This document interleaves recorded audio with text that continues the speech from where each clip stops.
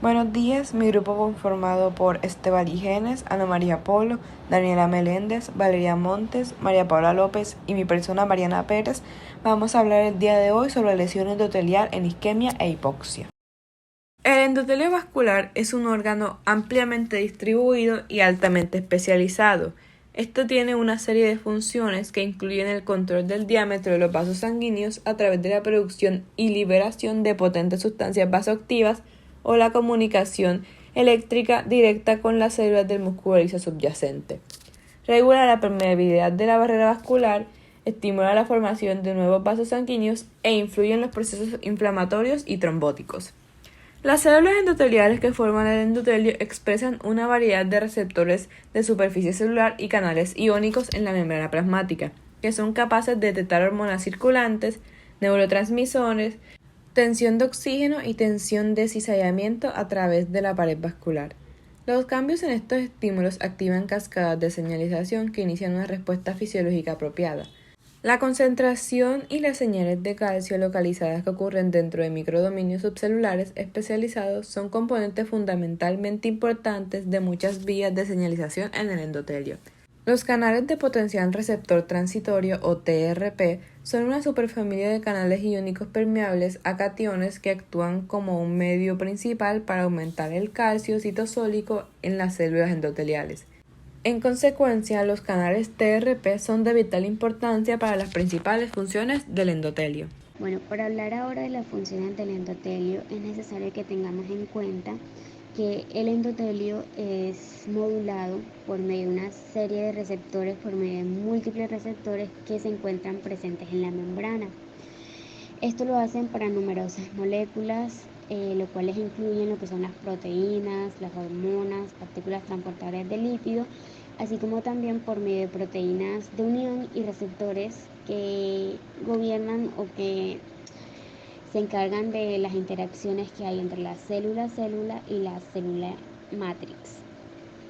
Ahora sí, para hablar de la función, tenemos que la principal función del endotelio es la regulación del flujo sanguíneo sistémico, así como también la perfusión tisular. Esto lo hacen gracias o debido a los cambios que se dan en el diámetro de los vasos y en el tono muscular. Y en esto contribuyen o ayudan las células musculares adyacentes y los periocitos. Otra función que tienen el endotelio es que este nos sirve como una barrera selectiva, es decir, controla el movimiento de fluidos, iones y otras macromoléculas entre la circulación sanguínea y los tejidos adyacentes por medio de la regulación de los complejos de unión de las células endoteliales. El endotelio, además de servir como función motora y como una barrera selectiva, este también regula el reclutamiento y extravasación de leucocitos en respuestas al daño tisular a través de la expresión de moléculas de adhesión y de citocinas. La isquemia es la reducción del flujo sanguíneo en los tejidos del cuerpo humano que provoca la disminución de la cantidad de oxígeno y nutrientes en la zona afectada. Si faltan estos dos elementos fundamentales de la célula, las consecuencias sobre los tejidos y los órganos afectados pueden ser muy graves. Bueno, como hipoxia tenemos que es un trastorno en el que hay una disminución del suministro de oxígeno a un tejido. Bueno, entonces recatando todo lo que se ha hecho anteriormente, se va a tener en cuenta que la presencia de oxígeno es obligatoria para la supervivencia de una célula, por lo general de las células eucariotas, ya que la respiración mitocondrial es necesaria para la producción de energía ATP.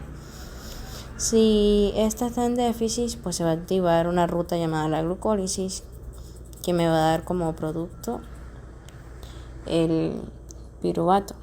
Y esto a través de la enzima piruvato deshidrogenasa me va a convertir ese piruvato a lactato, y ese lactato se va a utilizar en las condiciones anaerobias donde la célula por lo general va a tender a quedarse sin energía, y lo que va a hacer es repartir el lactato a través de los distintos tejidos para que éstas cumplan las distintas funciones. Ahora, ¿qué pasa cuando hay una hipoxia y una isquemia? Bueno, ya sabemos que estas son las formas más frecuentes de lesión celular en la medicina, donde tenemos que la hipoxia es la reducción de la capacidad de transporte del oxígeno y la isquemia, pues, es una reducción del flujo de sangre. En la hipoxia va a haber un reparto continuo de sustratos para la glucólisis y va a haber retirada del ácido lactático. Y en la isquemia no. Por lo general en la isquemia lo que pasa es que se daña los tejidos antes que en la hipoxia. La hipoxia lleva a que no se genere ATP en la mitocondria y pues este agotamiento del mismo tiempo es el que va a tener múltiples efectos inicialmente reversibles. Ahora veamos qué es lo que pasa en un daño endotelial por la hipoxia o la isquemia. Bueno, por lo general las células afectadas aquí son las células endoteliales, que son la primera capa o la más interna de cualquier tejido. Y estas comparadas con otros tipos celulares como los miocardiocitos, las neuronas, las células del túbulo renal, son más resistentes a la disminución del contenido de oxígeno en el medio. Es decir, que ellas pueden tolerar a que se enfrenten o a que hayan índices de oxígeno muy bajos, como lo puede ser un ejemplo en la arteria pulmonar y tejidos en cicatrización.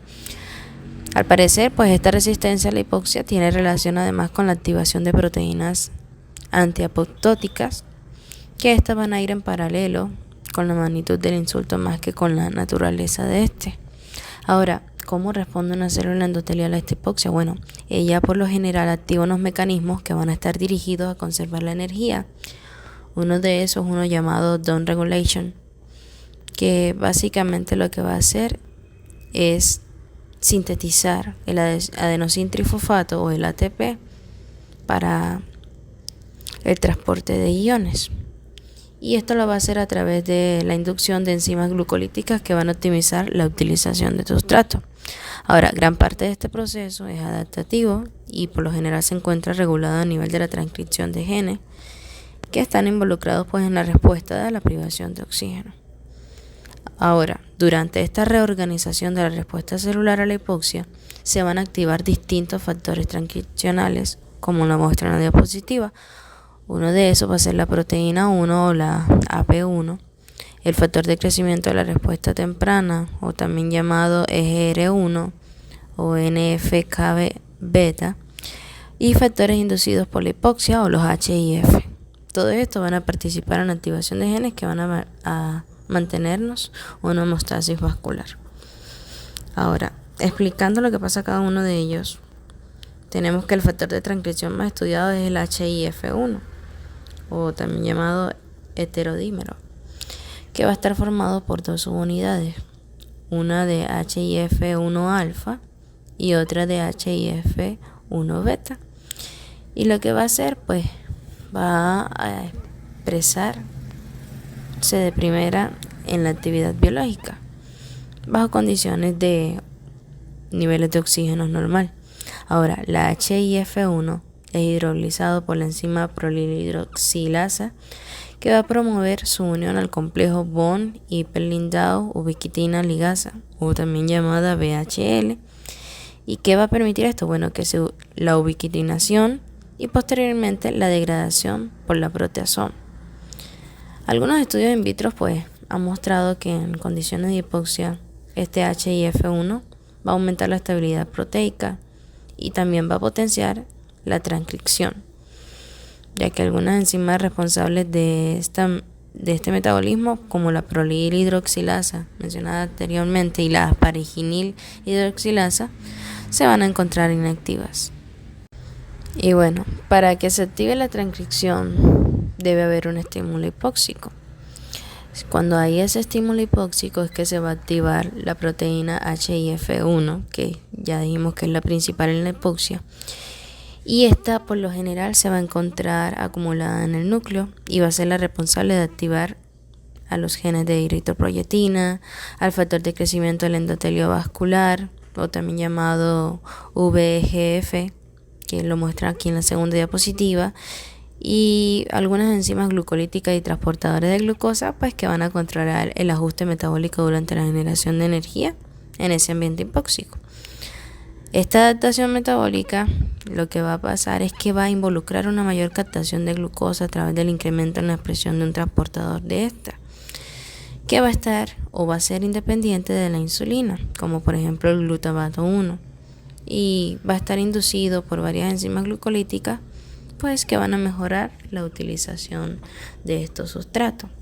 Ahora, si toda esta reorganización celular ocurre de esta manera, lo que va a pasar es que la energía se va a utilizar para funciones vitales, se va a poder corregir los índices de oxigenación, por lo tanto, tejidos, aunque en bajos niveles se active la parte anaeróbica, donde el ácido láctico se libera. Más sin embargo, van a haber otros factores como vasoconstrictores o vasodilatadores que van a permitir de que este error se corrija dependiendo de la lesión y en qué tipo de vena, arteria o vaso haya sido.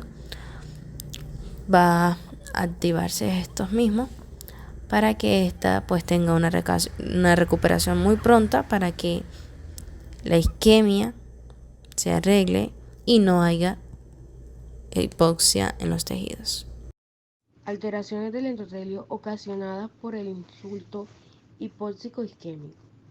Primero se da una fusión de barrera, que estas son mantenidas por señales intracelulares mediadas por nucleótidos cíclicos. Uno de ellos es el 5-adenosin-monofosfato cíclico, que es generado por la activación de la enzima adenilato ciclasa secundario, que a la estimulación de receptores de membrana acoplados a proteína G heterotrimérica participa en el mantenimiento de la arquitectura normal del citoesqueleto de actina. Bueno, también tenemos una fluidez circulatoria, que en la superficie endotelial es fenotípicamente no trombogénica, situación que facilita el flujo sanguíneo entre la hipoxia y isquémica, al igual que otros agentes proinflamatorios. Puede desajustar el delicado balance existente entre los mecanismos pro y anticoagulantes. Estos cambios en las propiedades de la coagulación durante la hipoxia surgen a través de diversos mecanismos. Como primero tenemos exposición directa de colágeno o factor tisular desde la membrana subendotelial, que activan la vía extrínseca de la cascada de coagulación. Segundo, la supresión de la expresión de trombodunelina, proteína transmembrana restringida al endotelio, que acelera la acción trombina en la activación de la proteína C anticoagulante. Como tercero, la exocitosis de los cuerpos de Weber-Pebble, organelos cuyas membranas están tapizadas con P-selectina, en cuyo interior poseen factor de von Willebrand, el cual promueve la adhesión de plaquetas al endotelio. Como cuarto, la caída brusca de los niveles de óxido nítrico, que contribuyen a la acumulación de plaquetas y trombosis. Como quinto, la inducción de factor tisular por reclutamiento de monocitos en la pared de los vasos. Y por último, la supresión del eje fibronílico por monocitos. Bueno, otra de las alteraciones es la regulación del crecimiento celular. La hipoxia isquemia modula el potencial mitogenético del endotelio al controlar la expresión de factores que participan en la angiogénesis. Bueno, otro factor es la modulación del tono vascular. El endotelio privado del oxígeno al inicio genera una respuesta vasoconstrictora transitatoria seguida de vasorelajación. Sin embargo, el estado de hipoxia se prolonga y la respuesta vasoconstrictora se perpetúa. La desendotelización experimental de los vasos sanguíneos anula la vasoconstricción inducida por hipoxia, motivo por el cual se cree que esta vasorreactividad está mediada por factores derivados del propio endotelio, y la privación de oxígeno es capaz de activar la célula endotelial en dos etapas: una inicial, que es rápida, independiente de activación genética y síntesis de proteína, que incluye retracción endotelial, liberación de factor coagulantes de von Willebrand y expresión de P-selectina. Y otra lenta que involucra la transición de genes y sintetiza proteicas de moléculas de adhesión y de liberación de IL-1E y IL-8. Las fases del daño hipóxico isquémico desencadenan una serie de cascadas metabólicas complejas que se desarrollan en varias fases, comenzando inmediatamente tras el daño oxítico y pueden extenderse hasta meses después. En cada una de estas etapas intervienen procesos moleculares concomitantes, lo que supone la implicación de numerosos tipos celulares, como desde las neuronas hasta las células inmunitarias, así como células gliales y endoteliales, como lo podemos ver en la figura 1. La figura 1 nos muestra la fisiopatología del evento hipóxico isquémico. Aquí la asfixia perinatal genera un descenso del flujo sanguíneo cerebral que produce una caída de las reservas de alta energía, como el triofosfato de adenosina y un aumento del ácido láctico. La acumulación masiva de glutamato, los triángulos que se ven ahí, los triángulos, conlleva la pérdida de homeostasis iónica de la membrana neural, con la consiguiente acumulación de potasio en el espacio extracelular y de sodio y calcio en el espacio intracelular, desencadenando así la despolarización de la membrana postsináptica, habiendo daño mitocondrial de radicales libres y edema. Estos procesos favorecen una cascada neuroinflamatoria mediada por la inflamación de células inmunes periféricas, la liberación de factores proinflamatorios, ciclooxigenasa 2, COX-2 y la activación microglial. Todos estos eventos pueden desencadenar en última instancia una muerte celular. Hablando de las fases, ahora podemos en las fases o las etapas encontraremos inicialmente la fase aguda. En la fase aguda se da en los primeros minutos tras el daño. El deceso de la perfusión de oxígeno de los niveles de glucosa provoca la depresión de compuestos de alta energía, principalmente el triosfato de adenosina, o sea el ATP, y fosfogranina, necesarios para mantener el metabolismo intracelular. En este proceso se desencadena un fallo energético que conlleva a la despolarización neural y fallo en las bombas de sodio y potasio, dependientes de ATP.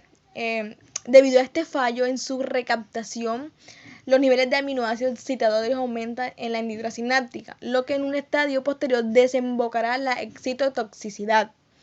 Durante esta situación aguda y pues debido en la parte de la acumulación intracelular de iones de sodio y cloro, con el consiguiente arrastre de agua, se puede producir la muerte de la neurona por necrosis.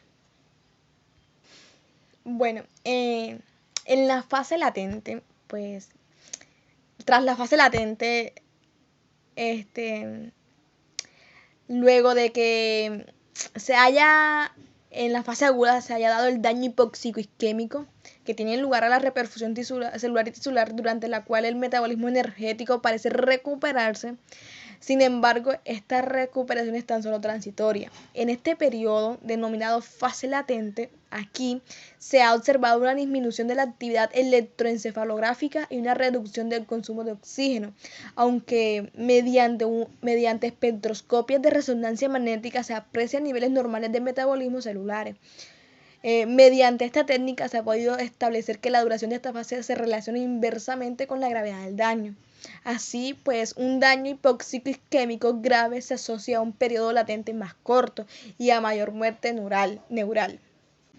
En la fase secundaria, pues la recuperación parcial que tiene lugar durante la fase latente, como anteriormente lo dije, se sigue un deterioro secundario. Bueno, a pesar de la hiperperfusión previa en la que los niveles de oxígeno parecen encontrarse normales y la circulación se restablece, se produce un aumento de los niveles de lactato cerebral y el pH se alcaliniza. Una de las consecuencias claves producidas durante la fase es el deterioro de la función mitocondrial. Aquí las mitocondrias, además de ser las principales responsables de la producción de ATP, desempeñan un papel importante en procesos celulares como la autofagia y en la regulación de la muerte celular mediante apoptosis o muerte celular programada. Así, pues el daño mitocondrial puede producir el desacoplamiento del metabolismo oxidativo, desencadenando edema citotóxico, hiperperfusión cerebral y muerte celular.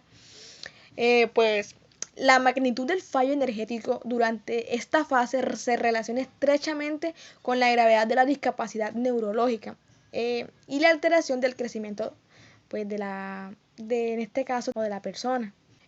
Pues en la fase terciaria, como anteriormente dije, en la fase terciaria el daño se considera, hay un daño responsable que se puede llegar hasta la edad adulta. Su duración de esta etapa puede extenderse meses, incluso años tras el daño hipóxico isquémico y predispone al paciente a padecer peores resultados a largo plazo.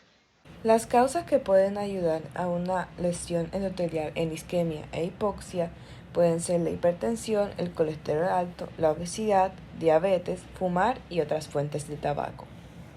Muchas gracias.